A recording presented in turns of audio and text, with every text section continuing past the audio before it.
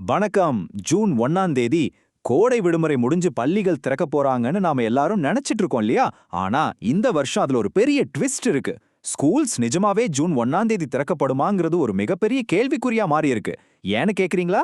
இயற்கை, நிர்வாகம்னு பல பக்கங்கள் இருந்து எதிர்பாராத பல சிக்கல்கள். அதெல்லாம் என்னென்னு இந்த தொகுப்புல நாம டீட்டெயிலா பார்க்க போறோம். வாங்க ஆரம்பிக்கலாம்.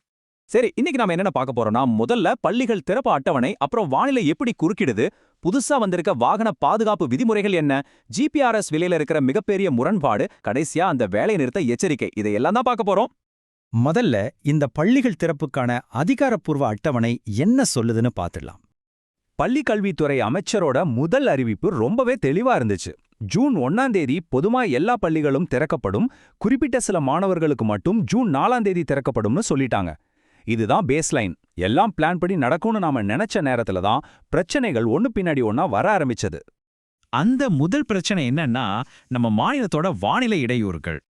தமிழகத்துல இப்போ நிலவர வானிலைய பாத்தீங்கன்னா அது ஒரு பெரிய ஆச்சரியம்னு தான் சொல்லணும்.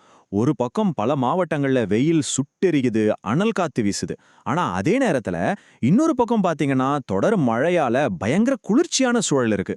ஒரே மாநிலத்துல இப்படி முற்றிலும் முரணான ரெண்டு எக்ஸ்ட்ரீம் வெதர் இருக்கிறது தான் பள்ளிகளை திறக்கிற முடிவை ரொம்பவே காம்ப்ளிகேட் பண்ணியிருக்கு. இப்போ இந்த நிலைமைனால என்ன ஆச்சுன்னா, வெயிலோட தாக்கம் தொடர்ந்து அதிகமா இருந்தா மாணவர்களோட நலனை கருத்தில் கொண்டு முதலமைச்சர் நேரடியாக ஆலோசனை நடத்தி அந்த ஜூன் 1ஆம் தேதி இலக்கை மாற்றுவதற்கு வாய்ப்பு இருக்குன்னு சொல்லப்படுது. ஆனா இருங்க, வானிலை மட்டும்தான் பிரச்சனையான்னு கேட்டா இல்லவே இல்ல. அதை விட ஒரு பெரிய நிர்வாக சிக்கல் சைலண்டா உருவெடுத்துட்டு வருது. அந்த நிர்வாக சிக்கல் என்னன்னா, பள்ளி குழந்தைகளுக்கான புதிய வாகன பாதுகாப்பு விதிமுறைகள் தான். 40,000 இது ஏதோ சாதாரண நம்பர் கிடையாதுங்க. தமிழகம் முழுவதும் இருக்கிற சுமார் 40,000 பள்ளி வாகனங்களை மே மாச இறுதிக்குள்ள இல்லைன்னா ஜூன் முதல் வாரத்துக்குள்ள முழுமையா ஆய்வு செய்யணும்னு போக்குவரத்து துறை அதிகாரிகள் ஒரு பிரம்மாண்டமான இலக்க நிர்ணயிச்சிருக்காங்க. யோசிச்சு பாருங்க, இவ்ளோ குறுகிய காலத்துல இத்தனை ஆயிரம் வாகனங்களை செக் பண்ணி சர்டிபிகேட் கொடுக்கறது எவ்ளோ பெரிய சவால். இந்த ஆய்வுக்கு மத்தியில அரசாங்கம் ஒரு மிக முக்கியமான ரொம்ப ஸ்ட்ரிக்டான ரூல்ஸ் கொண்டு வந்திருக்காங்க. அதுதான் ஜிபிஆர்எஸ் கட்டாயம். அதாவது பள்ளிகள் திறக்கப்படுறதுக்கு முன்னாடி ஒவ்வொரு பள்ளி வாகனத்திலையும் ஜிபிஆர்எஸ் டிராக்கிங் கருவி கட்டாயம் பொருத்தப்பட்டிருக்கணும். இதுல எந்த காம்ப்ரமைஸும் கிடையாதுன்னு சொல்லிட்டாங்க. இதுதான் இப்போ நடந்துட்டு இருக்கிற மிகப்பெரிய விவாதத்துக்கே மையப்புள்ளி. இப்போ ஒரு ஸ்கூல் பஸ் ரோட்டுக்கு வரணும்னா அது 3 முக்கியமான கட்டங்களை தாண்டியே ஆகணும். ஸ்டெப் 1, முதல்ல ஜிபிஆர்எஸ் கருவியை வண்டியில பொருத்தணும். ஸ்டெப் 2, அத போக்குவரத்து அதிகாரிகள் கிட்ட காட்டி தகுதிச் சான்றிதழ், அதாவது எஃப்சி வாங்கணும். இது ரெண்டும் முடிஞ்சா மட்டும்தான் ஸ்டெப் 3, அந்த வண்டி இயங்கறதுக்கு அனுமதிக்கப்படும். இதுல எந்த எக்ஸ்கியூஸும் கிடையாது. சரி, ரூல்ஸ் கொண்டு வர்றது நல்ல விஷயம் தானே. இதுல என்ன பிரச்சனைன்னு நீங்க கேட்கலாம். அங்கதான் இந்த ஜிபிஆர்எஸ் விலையில ஒரு மிகப்பெரிய முரண்பாடு வருது. இப்போ இந்த விஷயத்த கொஞ்சம் கவனமா கேளுங்க. ஒரு ஜிபிஆர்எஸ் கருவியோட உண்மையான மார்க்கெட் மதிப்பு வெறும் 3,000 ரூபாய் தான். ஆனா வாகன உரிமையாளர்கள் தரப்புல என்ன சொல்றாங்கன்னா, அந்த கருவி தங்களுக்கு 18,000 ரூபாய்க்கு விற்கப்படுதுன்னு குற்றம் சாட்டுறாங்க. 3,000 ரூபாய் பொருளை 6 மடங்கு அதிக விலை கொடுத்து வாங்க சொல்றதுதான் வாகன உரிமையாளர்கள் மத்தியில ஒரு பெரிய கொந்தளிப்பை ஏற்படுத்தியிருக்கு. இந்த மொத்த சூழ்நிலையும் தனியார் பள்ளிகள் சங்கம் எப்படி பாக்குறாங்கன்னு சொல்றதுக்கு அவங்களோட இந்த ஒரு வார்த்தையே போதும்.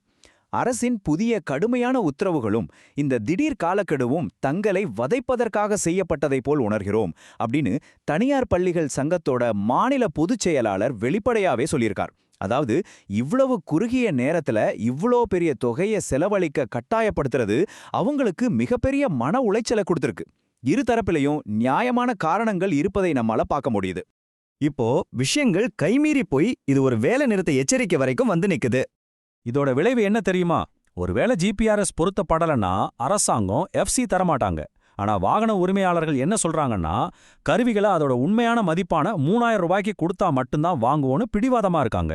ஒருவேளை இந்த விலையை குறைக்கலன்னா ஜூன் 1ஆம் தேதி எந்த ஒரு பள்ளி வாகனமும் இயங்காதுன்னு வாகன ஓட்டிகள் சங்கம் ரொம்ப கராரான ஒரு அல்டிமேட்டம் கொடுத்திருக்காங்க.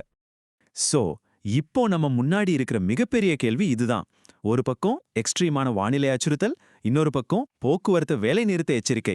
இந்த ரெண்டுக்கும் மத்தியில ஜூன் 1ஆம் தேதிக்கு முன்னாடி அரசாங்கமும் தனியார் தரப்பும் எப்படி ஒரு சுமூகமான முடிவுக்கு வரப்போறாங்க?